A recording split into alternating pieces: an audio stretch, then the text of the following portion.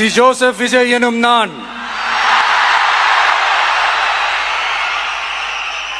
தமிழ்நாட்டு அரசின் முதலமைச்சர் என்ற முறையில்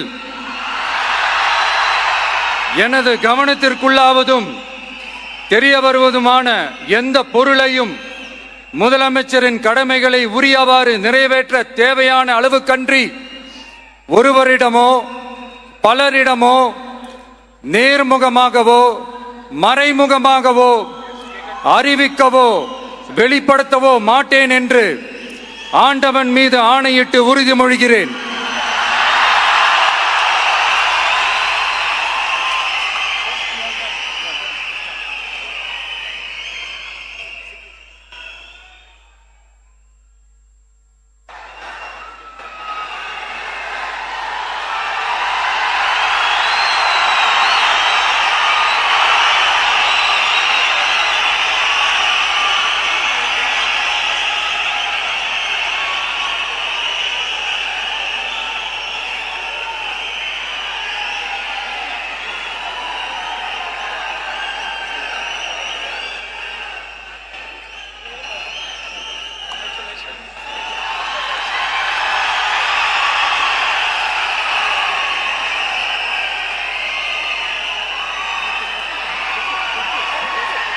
மாண்புமிகு தமிழ்நாடு முதலமைச்சர் அவர்கள் 2 மாதங்களுக்கு 500 யூனிட் வரை பயன்படுத்தும் வீட்டு மின் நுகர்வோர்களுக்கு 2 மாதங்களுக்கு 200 யூனிட்கள் கட்டணமில்லா மின்சாரம் வழங்கும் ஆணையிட்டுள்ளார். மாண்புமிகு தமிழ்நாடு முதலமைச்சர் அவர்கள் பெண்களின் பாதுகாப்பினை மேம்படுத்தும் பொருட்டு தடுப்பு மற்றும் பாதுகாப்பு யுத்திகளை முதன்மை மற்றும் ஒற்றை இலக்கை கொண்டு செயல்பட சிங்கப்பெண் சிறப்பு அதிரடி படையை உருவாக்குவதற்கு ஆணையிட்டுள்ளார். தமிழ்நாட்டில் போதைப் பொருட்கள் தொடர்பான குற்றங்களை கண்டுபிடித்து கடுமையான நடவடிக்கைகளை எடுக்கும் பொருட்டு அனைத்து மாநகரம் மற்றும் மாவட்டங்களில் போதைப் பொருட்கள் தடுப்பு படை அலகுகளை உருவாக்குவதை குறித்து ஆணையிட்டுள்ளார் மாண்புமிகு தமிழ்நாடு முதலமைச்சர் அவர்கள்.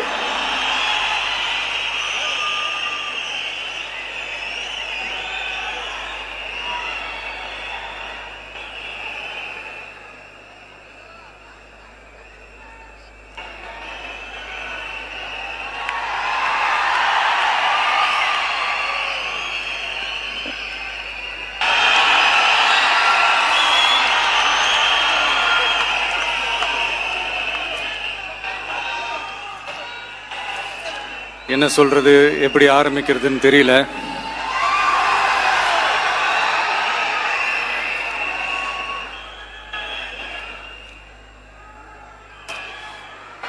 சினிமாவில் எப்படியாவது கஷ்டப்பட்டு வெற்றி அடையணும்னு இருந்த ஒரு சாதாரண அசிஸ்டன்ட் டைரக்டருக்கு பிறந்த ஒரு பிள்ளையா எனக்கும் வாழ்க்கையில் வறுமைனா என்னன்னு எனக்கு நல்லாவே தெரியும், பசினா என்னன்னு எனக்கு நல்லாவே தெரியும். நான் ஒன்றும் பெரிய மன்னர் பரம்பரையிலிருந்துலாம் வந்துடல. உங்களை மாதிரி தான், உங்களில் ஒருத்த மாதிரி தான், உங்க குடும்பத்தில் ஒருத்த மாதிரி தான், உங்க புள்ள மாதிரி தான், உங்க மகன் மாதிரி தான், உங்க அண்ணன் மாதிரி தான், உங்க தம்பி மாதிரி தான்.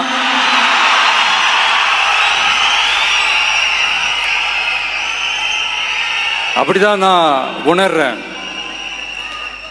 நீங்களும் என்ன அப்படி நினைச்சதுனால தான் சினிமாவில் எனக்கு ஒரு மிகப்பெரிய ஒரு இடத்த ஒன்று கொடுத்தீங்க. இப்போ அதையெல்லாம் விட்டுட்டு உங்களுக்காக நன்றி கடன் செலுத்துறதுக்காக அரசியலுக்கு வந்த உங்க விஜய, இந்த விஜய, நீ வா விஜய், நாங்களா இருக்கோம், பாத்துக்கிறோம். விஜய் தம்பி நீ வா, நாங்க இருக்கோம். விஜய் தம்பி நீ வா, நாங்க இருக்கோம். அண்ணா நீ வாடா, நாங்களா இருக்கோம். நண்பா நீ வா நண்பா, நாங்களா இருக்கோம்னு சொல்லி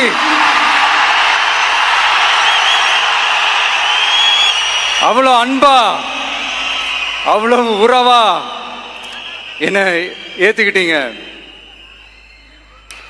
இந்த நேரத்தில் இதை நான் சொல்லணும். இந்த டிராவல்ல, இந்த ப்ராசஸ்ல எனக்கு எவ்வளவோ கஷ்டங்கள், எனக்கு எவ்வளவோ இந்த அவமானப்படுத்தினதெல்லாம் ஒரு பக்கம் இருந்தாலும், எனக்காக கூட நின்ன உங்களுக்கும் அதே மாதிரி கஷ்டங்கள், அதே மாதிரி அவமானங்கள், அதையெல்லாம் நீங்க பெருசா எடுத்துக்காம, அதையெல்லாம் நீங்க பொருட்டாவே எடுத்துக்காம, என்னோட வலிகளை, என்னோட வேதனைகளை உங்களோட தான் நினைச்சு என் கூடவே நின்னு இன்னைக்கு சி ஜோசப் விஜய் எனும் நான்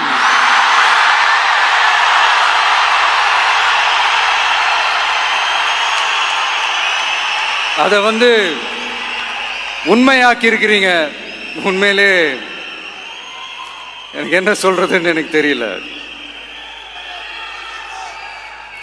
என்னுடைய உறவுகளே, என்னுடைய சொந்தங்களே, நான் ஒன்றும் தேவ தூதன்லாம் கிடையாது. நானும் ஒரு இயல்பான ஒரு வாழ்க்கை வாழ்ற ஒரு சாதாரணமான மனுஷன்தான். நான் முன்னாடியே சொன்ன மாதிரி அது செய்வேன் இது செய்வேன்னு பொய்யான வாக்குறுதிகள்லாம் கொடுத்து உங்களை நான் ஏமாற்ற மாட்டேன்.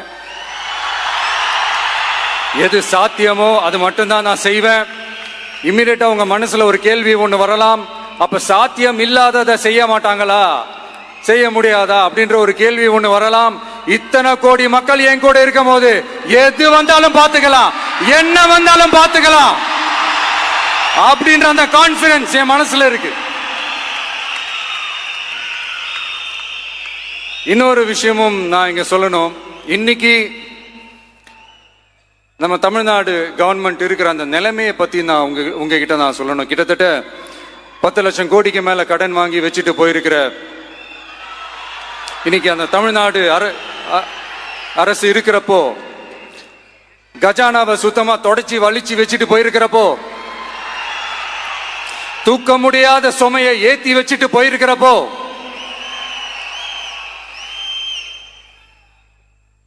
அப்படிப்பட்ட ஒரு நிலைமையில தான் இந்த பொறுப்பை நம்ம கையில் எடுத்திருக்கிறோம். உடனே நீங்க நினைக்கலாம், என்னடா இவர் ஏதோ பொறி வச்சு பேசுறாரா அப்படின்ட்டு. அப்படிலாம் எதுவுமே கிடையாது. உள்ள போய் பார்த்தா தான் தெரியும் எது எந்த நிலைமையில இருக்குன்னு, என்ன இருக்கு என்ன இல்லை, எது எந்த நிலைமையில இருக்கு எது எந்த நிலைமையில இல்லை. அதையெல்லாம் பார்த்துட்டு உங்களுக்கு ஒரு வெள்ளை அறிக்கையா அதை வெளியிடணும்னு நான் நினைக்கிறேன். ஒரு டிரான்ஸ்பரண்டான ஒரு கவர்மெண்டா, அதாவது இன்னைக்கு நம்ம தமிழ்நாடு கவர்மெண்ட் இந்த நிலைமையில தான் இருக்கு அப்படின்றத உங்ககிட்ட சொல்லிட்டு I just want to take it forward from there. அதை தான் நான் முதல்ல செய்யணும்னு நினைக்கிறேன். தமிழ்நாடை பொறுத்த வரைக்கும் இப்போ யாரையாவது போய் ஏதாவது சந்திக்கணும் அப்படின்னா இந்த மூஞ்ச மூடிக்கிட்டு போய் சந்திக்கிறதோ, என்ன இந்த மறைமுகமா உங்களுக்கு தெரியாம போய் சந்திக்கிறதோ அப்படிலாம் நான் செய்ய மாட்டேன். எதுவா இருந்தாலும் வெளிப்படையாக ஒளிவு மறைவு இல்லாம தான் நான் செய்வேன். இவ்வளவு பெரிய ஒரு பொறுப்பை என் கையில கொடுத்துருக்கிறீங்க. அதே நேரத்தில் எனக்கு கொஞ்சம் அவகாசமும் நீங்க கொடுக்கணும்னு நான் ரிக்வெஸ்ட் பண்ணி கேட்டுக்கிறேன்.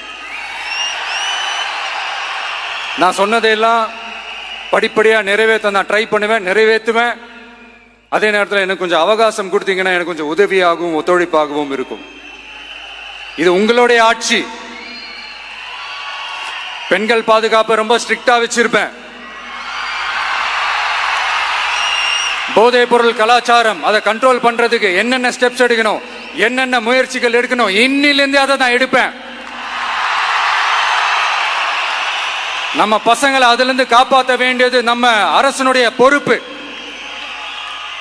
அதே மாதிரி சட்டம் ஒழுங்கு எல்லாருக்குமான பாதுகாப்பை நான் உறுதிப்படுத்துவேன். என்ன அவமானப்படுத்துறவங்களாகவே இருந்தாலும், என்ன கஷ்டப்படுத்துறவங்களாகவே இருந்தாலும், அவங்களும் என் மக்கள் தானே. நண்பர்களாக இருந்தாலும் எதிரிகளாக இருந்தாலும் 8 கோடி மக்களும் என் மக்கள் தானே.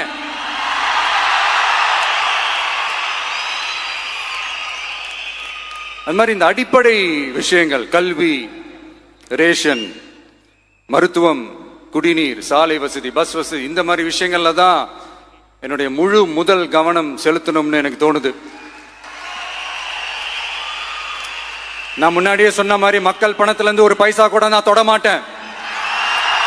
எனக்கு அது அவசியமும் இல்லை. அது உங்களுக்கு நல்லாவே தெரியும். இந்த விஜய் தப்பு பண்ண மாட்டான், தப்பு பண்ணவும் விட மாட்டான். அது யாராக இருந்தாலும் சரி, என்னோட கவர்மெண்ட்ல என் கூடவே இருக்கிறவங்களாகவும் சரி விட மாட்டான். சப்போஸ் யாருக்காவது அப்படி ஒரு எண்ணம் மனசுல இருந்துச்சுன்னா, நம்ம ஜெயிச்சுட்டோம், ஒரு ஆட்டம் ஆடி பார்க்கலாம் அப்படின்ற எண்ணம் யாருக்காவது இருந்துச்சுன்னா இப்பவே இந்த நிமிஷமே அதை எரேஸ் பண்ணிருங்க.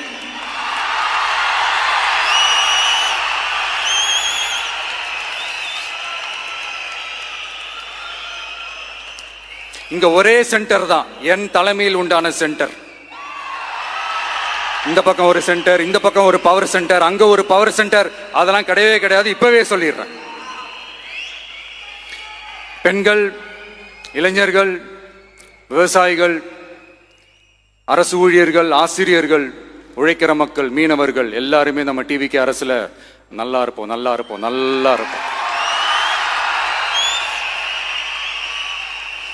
பிறப்புக்கும் எல்லா உயிர்க்கும் அப்படின்றத நம்ம சமரசம் இல்லாத அடிப்படை கோட்பாடு. சிறுபான்மை சகோதரர்களே, உங்களுக்காக நம்ம டிவிக்கு அரசு கூடவே நிற்கும். உங்களுக்கு அதுல எந்த விதமான சந்தேகமும் வேணாம். இந்து, முஸ்லிம், கிறிஸ்தவர்களுக்கான முகம்தான் இந்த விஜயனுடைய முகம். அதுல 100% நீங்க இந்த விஜயை நம்பலாம். இப்படி ஒரு சூழலை ஏற்படுத்தி கொடுத்த தமிழ்நாட்டு மக்கள், ஒட்டுமொத்த மக்கள், உங்கள் அனைவருக்கும் இந்த நேரத்தில் என்னுடைய நன்றியை தெரிவிச்சு, இன்னொருத்தவங்களுக்கு முக்கியமா நான் நன்றி சொல்லணும். அது இந்த விஜய் மாமாவோட குட்டி நண்பா, நண்பி.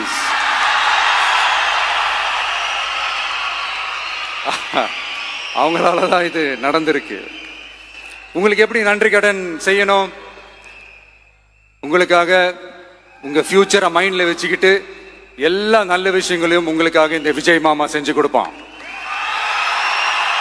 கான்பிடண்டா இருங்க. அதே மாதிரி இன்னொருத்தவங்களுக்கும் நான் முக்கியமா நன்றி சொல்லணும். உங்களை எப்படி நான் மறப்பேன்? நீங்க தான் என்னோட உயிராச்சு. தமிழக வெற்றி கழக தோழர்களே,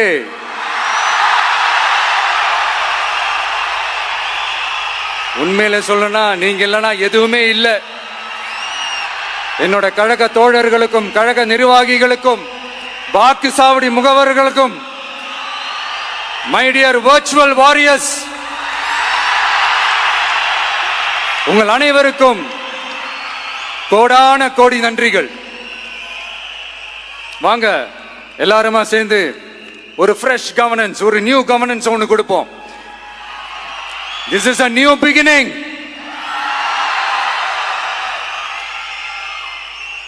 A new era of a real, secular, social justice starts now.